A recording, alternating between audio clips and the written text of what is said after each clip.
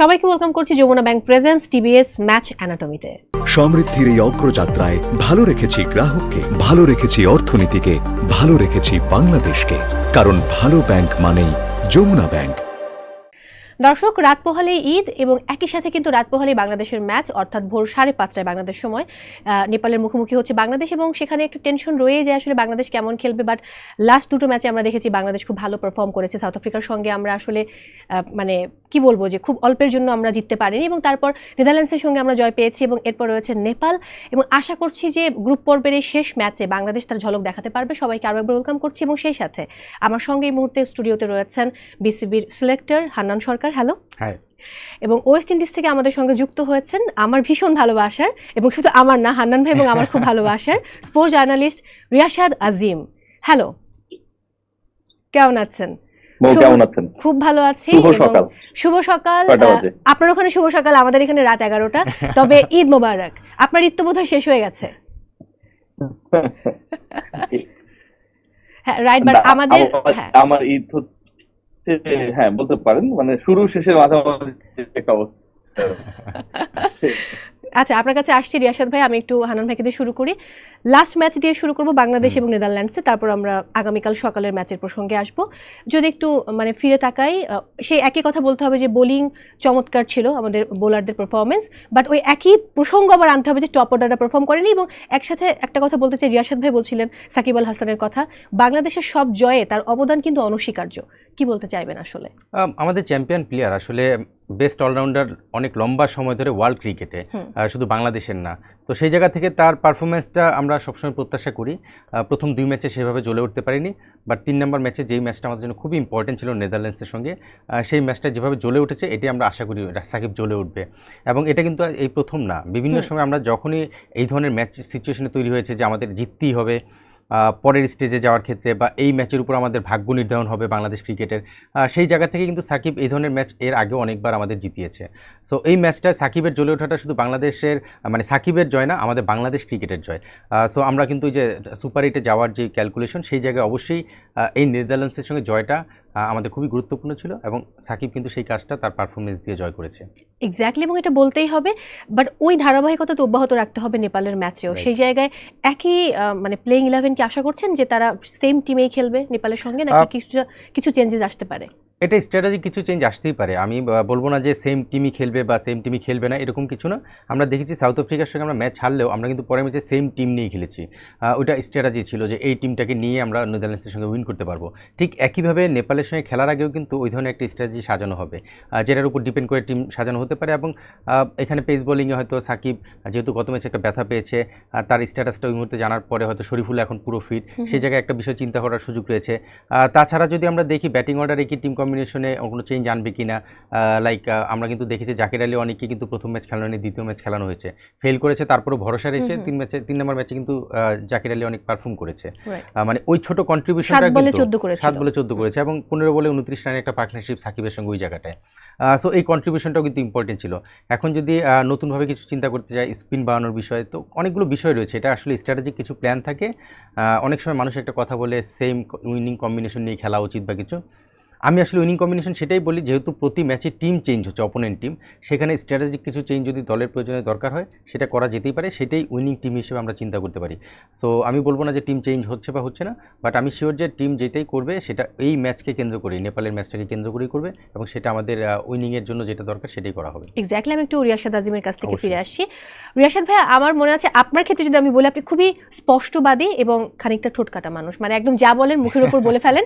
এবং আমার মনে আছে আগের ম্যাচের প্রিশোতে যখন বলছিলেন সাকিব আল হাসানকে নিয়ে যে বাংলাদেশের মানুষ পুরো মুখ থুবড়ে পড়ে বকাবকি করার জন্য, কিন্তু ভালো খেললেও ভালো প্রশংসা করে, বাট তারপরে অনেক দোষ ধরবার যে একটা প্রচেষ্টা বাঙালিদের মধ্যে রয়েছে সেটা কিন্তু থেকে যায়।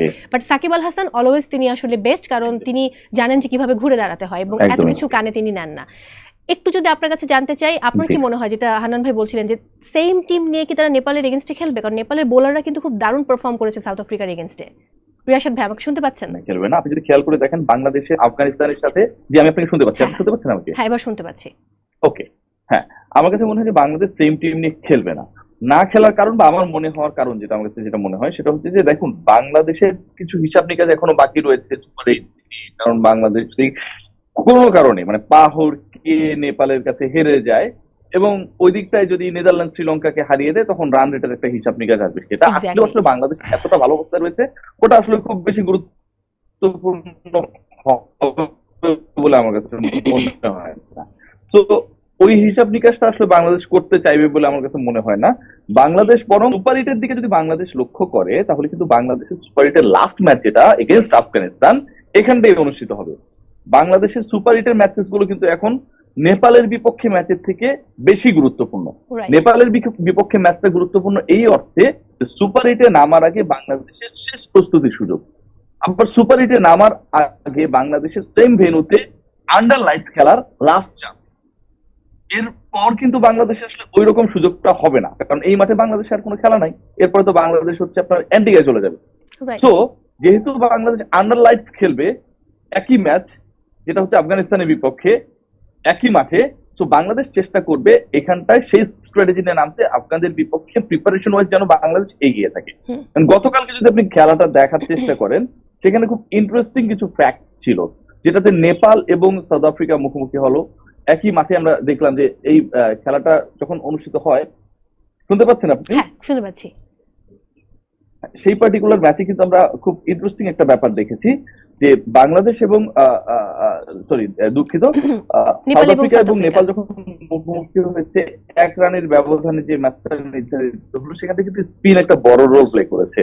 আপনি দেখবেন যে সাউথ আফ্রিকার শামসি এবং তাদের মাকরাম মানে ক্যাপ্টেন, এই দুজন বোলার ছাড়া শুরু থেকে কেউ সুবিধা করতে পারেনি। ইভেন নেপালের যে 7 উইকেট গেল তার 5টা নিয়েছেন হচ্ছে এই 2 বোলার। তো ঘটনা যেটা দাঁড়িয়েছে সেটা হচ্ছে যে ফাইনালি বাংলাদেশ দল বা বাংলাদেশের প্রতিপক্ষ দল এখানটায় একটা ব্যাপারে ক্লিয়ার, বাংলাদেশের প্রতিপক্ষ কিন্তু এই মাঠে 2টা দল, একটা হচ্ছে নেপাল আর একটা হচ্ছে টপ 8-এ হচ্ছে গিয়ে আফগানিস্তান। তারা কিন্তু এটা ক্লিয়ার যেখানটায় স্পিন ধরবে।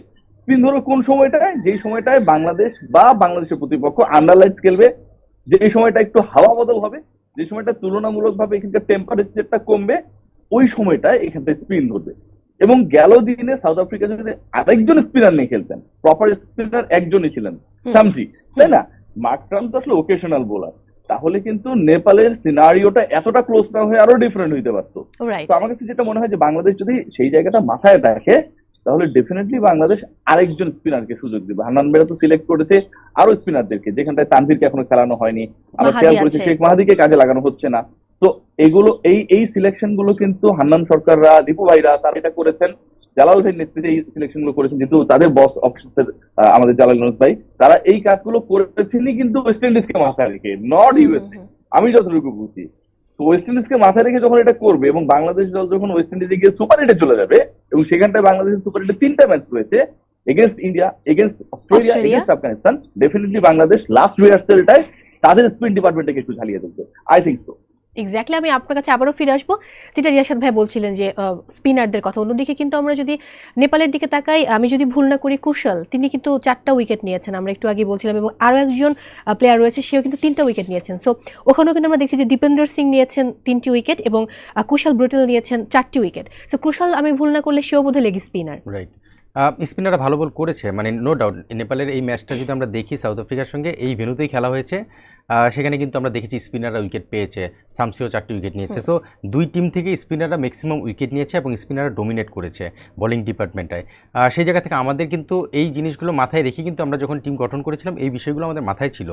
এটাই আমি বলছিলাম যে টিম কম্বিনেশনে হয়তো বা এই ম্যাচের জন্য কিছু চিন্তাভাবনা করতেই পারে, এবং আগে কিন্তু আমরা এই ম্যাচটা খেলেছিলাম ডে ম্যাচ এবার নাইট ম্যাচ। সো এই জায়গায় কিন্তু কিছু অপশন চিন্তা করার সুযোগ রয়েছে।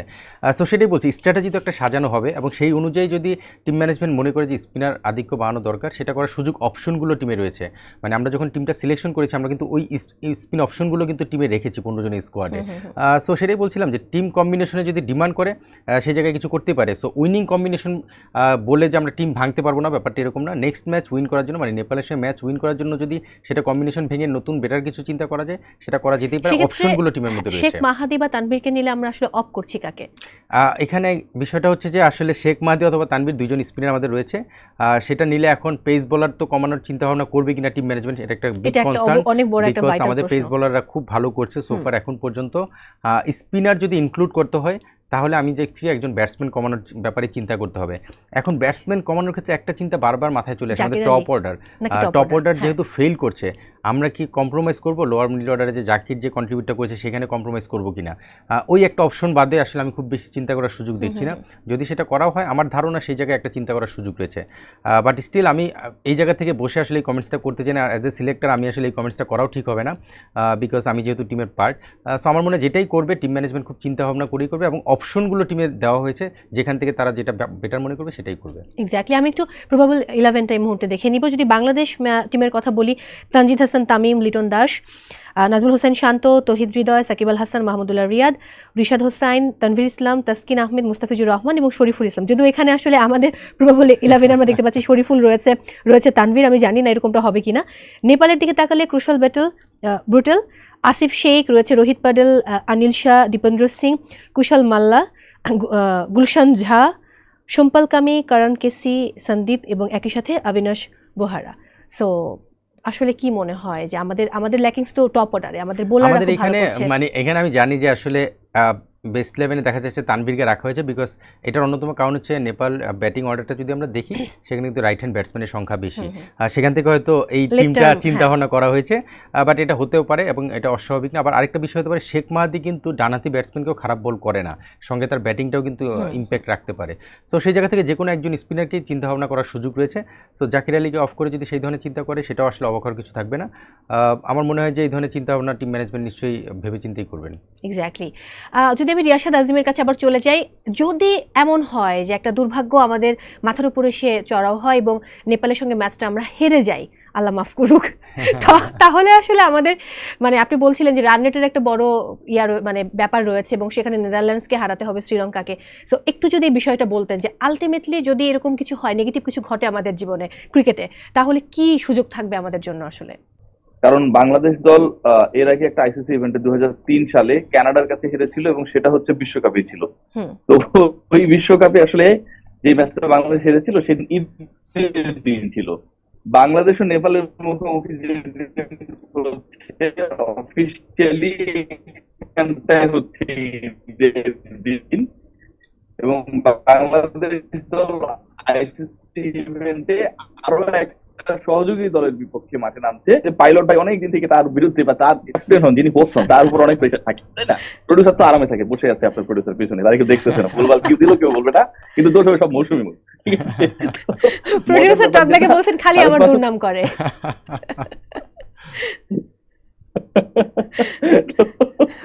তো মজার ব্যাপার যেটা সেটা হচ্ছে খালেদ মাসুদ পাইলটের উপর এই যে একটা বোঝা গত 21 বছর থেকে, উনি কিছুটা ভার মুক্ত হবে, পৃথিবীর একমাত্র খুশি মানুষ,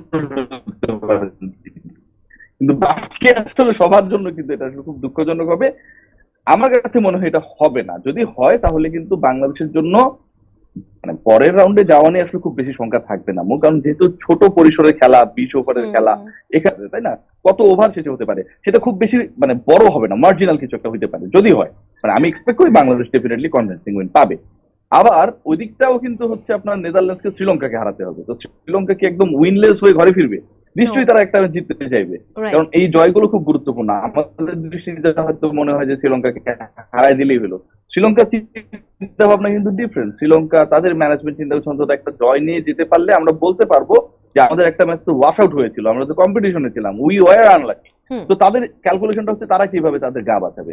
আমার কাছে ভয়ঙ্কর যেটা মনে হয়, গুরুত্বপূর্ণ যেটা মনে হয়, আনলেস বাংলাদেশ যদি মানে খারাপ খেলে এখানটায়, বাংলাদেশ যদি পরাজিত হয় আনফর্চুনেটলি, তাহলে বাংলাদেশের সবচেয়ে বড় ইম্প্যাক্ট করবে হচ্ছে পরের যে 3টা ম্যাচ রয়েছে, টপ 8-এ সুপার 8-এ বাংলাদেশ খেলবে সেখানটায়। এই ম্যাচ হেরে গেলেও বাংলাদেশ সুপার 8-এ যাবে, মানে আমি ফার্মলি বিলিভ করি। কিন্তু বাংলাদেশ সুপার 8-এ যাওয়ার আগে যখন এরকম একটা এক্সপেরিয়েন্স নিয়ে যাবে, আল্লাহ মাফ করুক আমিও বলি, তখন কিন্তু সেটা দলের জন্য আমার কাছে মনে হয় বিশাল ধরনের মনস্তাত্ত্বিক একটা প্রেশার তৈরি করবে। এবং একই সাথে যেই জায়গাগুলোই বাংলাদেশ খারাপ করলো, ধরুন এই ম্যাচটাতেও আপনার আমাদের টপ অর্ডারে দুজন ব্যাটার রেগুলার খারাপ করছেন, আমরা আশা করি যে তারা কাম ব্যাক করবেন, লিটন কুমার দাস কিংবা নাজমুল হোসেন শান্ত আবারও খারাপ করলেন, তাদের উপর কিন্তু একটা ইম্প্যাক্ট করবে। কারণ অনেকেই এক্সপেক্ট করছে যে ঠিক আছে তুমি বড় দলের বিপক্ষে পারছো না, নেদারল্যান্ডস নেপালের বিপক্ষে ফর্মে ফিরে তারা যেন পরের ম্যাচগুলোতে কন্ট্রিবিউট করে। হয় কি যে যখন হচ্ছে আপনি বড় কোনো একটা পরিসরে খেলতে যাবেন, তার আগে আপনি প্রপার পারফরমেন্সটা করতে পারছেন না, অনেকে দেখবেন যে ঘরোয়া ক্রিকেট খেলতে যায় to gain the confidence, so it's like that, যে বাংলাদেশের এখানটা যে দুটো ম্যাচ ছিল এটা কনফিডেন্স গেইন করার সুযোগ হিসেবে আমরা হিসাব করতে পারি। সাউথ আফ্রিকা শ্রীলঙ্কার থেকে তো নেদারল্যান্ডস নেপাল তুলনামূলকভাবে কম শক্তিধর, তাই না? আবার এখানে যেই ট্র্যাকে খেলা হচ্ছে বাংলাদেশের ক্রিকেটাররা এই টাইপের উইকেটেই খেলে বড় হয়েছে, আনন্দ ভাই একই টাইপের উইকেটে খেলেছে। সো ওই জায়গা থেকে আমার কাছে মনে হয় যে আত্মবিশ্বাস একটা ধাক্কা পড়বে যদি টপ অর্ডারটা ক্লিক না করে। এটা আমার কাছে মনে হয় যে একটা ট্রায়াল এন্ড এরর ভার্সন এই ম্যাচটা, এবং এই ম্যাচে ভালো করলে তারা ভালো করবেন, তাদের জন্য it will be a very important part, তারা যেন টপ 8 গিয়ে পারফর্ম করতে পারে। বাংলাদেশ যদি ভালো না করে অ্যাজ আ টিম তাহলে কিন্তু এটা একটা প্রেসার পড়বে। সাউথ আফ্রিকার দিকে তাকান, সাউথ আফ্রিকা বাংলাদেশকে they have defeated by 4 runs, নেপালকে হারিয়েছে 1 রানে। এই দুইটা ম্যাচই কিন্তু হচ্ছে সাউথ আফ্রিকা জাস্ট এক্সপেরিয়েন্সে জিতে গেছে, হারতে হারতে জিতে গেছে। এই দুই ম্যাচে যদি অন্য দুই দল জিততো তাহলে কিন্তু সুপার 8-এ নেপাল এবং বাংলাদেশ যেত, আপনি ভেবে দেখেন। সো তারা কিন্তু টপ 8-এ গেলেও মেন্টালি কিন্তু দে আর আন্ডার প্রেসার। বাংলাদেশ নিশ্চয়ই সেটা চাইবে না, বাংলাদেশ নিশ্চয়ই কনফিডেন্স নিয়ে যেতে চাই। এক্স্যাক্টলি, অসংখ্য ধন্যবাদ। আমি আসছি আপনার কাছে আবারও। আমি যতটুকু জানি যে যেটা বলছিলেন রিয়াসাদ আজিম, আমাদের বাংলাদেশের বোধহয় প্রথম ম্যাচটা হয়তো অস্ট্রেলিয়ার সঙ্গে, তারপর ইন্ডিয়ার সঙ্গে, বা ইন্ডিয়া তারপর অস্ট্রেলিয়া, বাট দুটো ম্যাচে বোধহয় পরপর পড়েছে, মানে কোনো ডে গ্যাপ নেই, সম্ভবত একই উইকেটে একই মাঠে খেলা। এটা আসলে কতটুকু মানে প্রেশার হতে পারে টিমের জন্য? এটা আসলে ডে হিসেবে দেখতে গেলে দেখা যাচ্ছে আমাদের দেশে একদিন পরপর খেলা, তাদের দেশে কিন্তু একটা সময় পাচ্ছে, বাট সময়টা খুব বেশি না। তবে একটা ভালো জিনিস এর মধ্যে আমি ভালো বোঝার চেষ্টা করছি, ভেন্যুটা সেম, ভেন্যুটা চেঞ্জ করতে হচ্ছে না। তবে হ্যাঁ, মানে এই ধরনের প্রেশার ম্যাচে, মানে ওয়ার্ল্ড কাপের মতো ইভেন্টে আসলে এত ঘন ঘন একটা দিন বা 2টা দিন গ্যাপ থাকলে রিকভারি একটু টাইম থাকে, আর টিম যখন ভালো মোমেন্টামে থাকে তখন চাই যে পারলে এরপর আরেকটা ম্যাচ খেলে ফেলি। সো ডিপেন্ড করছে, আমরা যদি অস্ট্রেলিয়ার সঙ্গে ফার্স্ট ম্যাচটা ভালো খেলে ফেলি আলহামদুলিল্লাহ, পরে দেখা যাবে ইন্ডিয়ার সঙ্গে ওই ফ্লোতে আমরা বের হয়ে যাব। আর যদি টিম খারাপ করে তখন দেখা যাবে যে ওইটার নেগেটিভ ইম্প্যাক্টগুলো রিকভার করার সময় আর পাওয়া যাচ্ছে না, পরের ম্যাচে আবার ইন্ডিয়ার সঙ্গে খেলতে আছে।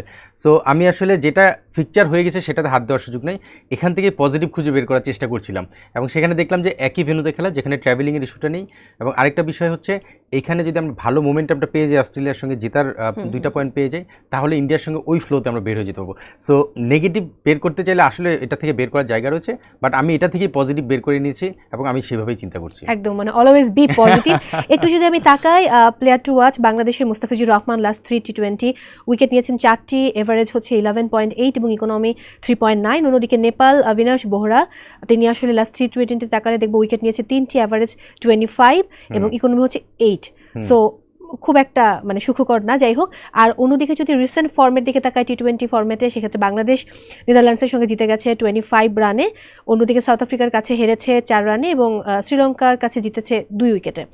আর নেপালের দিকে তাকালে নেপাল আসলে সাউথ আফ্রিকার কাছে 1 রানে হেরে গেছে, এবং অন্যদিকে তাদের 3টেই আমি দেখছি যে হার, এবং নেদারল্যান্ডসের কাছে 6 উইকেটে, কানাডার কাছে 63 রানে। এটা অনেক বড় একটা মানে ডিফারেন্স ছিল।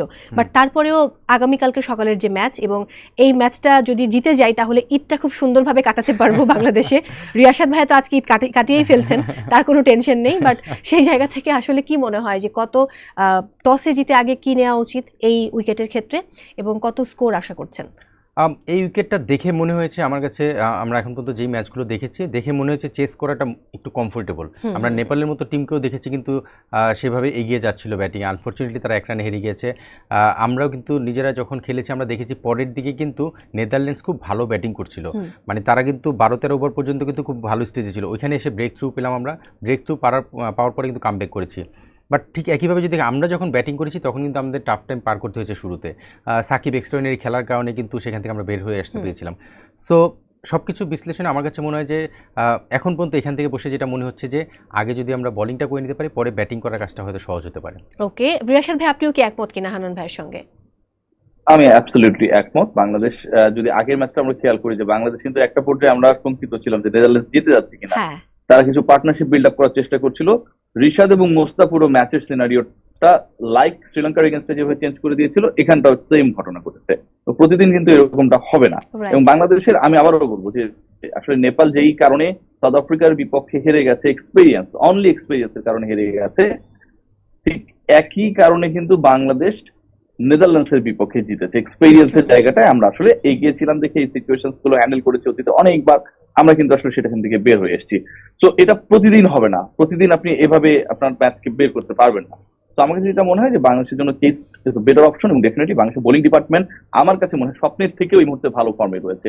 আপনি আপনার টপ লাইন আপের বোলারদেরকে না পাবার পরও বাংলাদেশ ভালো করেছে। আপনি খেয়াল করেন যে শুরুর দিকে আমরা তাসকিনকে পাইনি, বাংলাদেশ কিন্তু তারপরেও অসম্ভব ভালো ক্রিকেট খেলেছে শ্রীলঙ্কার এগেনস্টে, এবং প্রথম ম্যাচটা বাংলাদেশ জিতেছে, তাই না?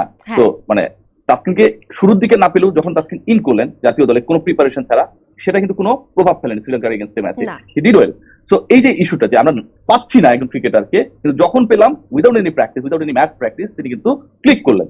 আবার এখন আমরা শরীফুলকে পাচ্ছি না, তাই না? শরীফুল কিন্তু ম্যাচের মধ্যে নেই, আবার হুট করে ধরেন ঢুকে যাবে, কিন্তু আমি ফার্মলি বিলিভ করি যে শরীফুল যখন ওই যে তাসকিনের মধ্যে হুট করে যখন ঢুকে যাবে, কোনো খেলার মধ্যে নেই, তিনিও ভালো করবেন। সো বাংলাদেশের বোলিং লাইন আপ খুব ভালো করছে। বাংলাদেশের বোলিং লাইন আপ যদি সেই কনফিডেন্সটা দিতে পারে, অল্প পুঁজিতে যদি প্রতিপক্ষকে আটকে ফেলতে পারে, এখানে আরেকটা ট্রিকি পয়েন্ট আছে, যে পয়েন্টটা আই হ্যাভ টু মেনশন, সেটা হচ্ছে যখন আপনি লক্ষ্য জেনে ব্যাট করবেন, যখন আপনি জানেন আপনার শোর টাইমিংটা কখন, দেন আপনি অনেক ব্যস্ত থাকেন, আরেকটা শো শেষ করে কখন আপনি টিবিএস এ পৌঁছাবেন এই প্ল্যানটা করতে পারবেন। তো বাংলাদেশের বিপক্ষে যখন ব্যাট করবে কোন একটা দল এবং বাংলাদেশের জন্য একটা টার্গেট সেট হবে, সেই টার্গেটে যখন বাংলাদেশ ব্যাট করবে, বাংলাদেশে আবারও বলছি টপ অর্ডার নিয়ে কনসার্ন রয়েছে, যথেষ্ট কনসার্ন রয়েছে, কেউ মুখে বলুক আর না বলুক, অন্তত টপ অর্ডার নিয়ে যারা কনসার্ন বা যাদের পারফরমেন্সটা এই মুহূর্তে একটা কনসার্নিং সিচুয়েশনে রয়েছে, তারা একটা টার্গেট জেনে ব্যাটটা করতে পারবে, উড়াদুরা চালাবে না। তাদের ফর্মে ফেরানোর জন্য আমার কাছে মনে হয় যে একটা টার্গেট সেট হলে এবং সেই টার্গেটকে চেস করার জন্য যদি বাংলাদেশ ব্যাট করে, এটা খুব ভালো হবে। রাইট, সেই টার্গেটটা কতর মধ্যে হলে বেটার, মানে কত রানে আটকে দিলে মনে হবে যে সেটা চেজেবল এবং আমাদেরকে মানে আমাদের জয়ের মুখোমুখি বা জয়ের কাছে যাওয়াটা সহজ? 140-এ যাওয়া যাবে না, ম্যাক্সিমাম, আমি যেটা বলছি ম্যাক্সিমাম 130 অ্যারাউন্ড। ওকে, 140 দিকে চলে গেলে বাংলাদেশের জন্য ডিফিকাল্ট। আবারও বলবো, কারণ বাংলাদেশ দল কিন্তু এবারে বিশ্বকাপে আসার পর একটা ম্যাচেই 159 করেছে, এবং সেই ম্যাচে 159 করার ক্ষেত্রে সাকিব আল হাসানের একটা বিশাল রোল ছিল, এবং শুরুতে তানজিদ হাসান তামিম, এই দুজন ব্যাটসম্যানই কিন্তু আসলে বাংলাদেশকে টেনেছে। 35 করলো সে, পরবর্তীতে সাকিব 64 সম্ভবত। তো বাকিরা কিন্তু অ্যাজ ইউজুয়াল যেভাবে ফেল করে সেভাবেই ফেল করছে ধারাবাহিক, তাই না? ওই জায়গাটায় তো ইউ নেভার নো, টার্গেটটা বড় হয়ে গেলে সেটা আরো ডিফিকাল্ট হবে। আপনি যদি খেয়াল করেন যে বাংলাদেশের বিপক্ষে সাউথ আফ্রিকা যে টার্গেট সেট করেছিল, 113 রান করেছিল, 114 টার্গেট সম্ভবত ছিল, সেটা বাংলাদেশ চেস ডাউন করতে গিয়ে শেষ পর্যন্ত 109 বেশি করতে পারেনি। তো আপনাকে এটাও মাথায় রাখতে হবে যে আপনি চেস করতে গিয়ে আপনার অ্যাবিলিটি কতদূর।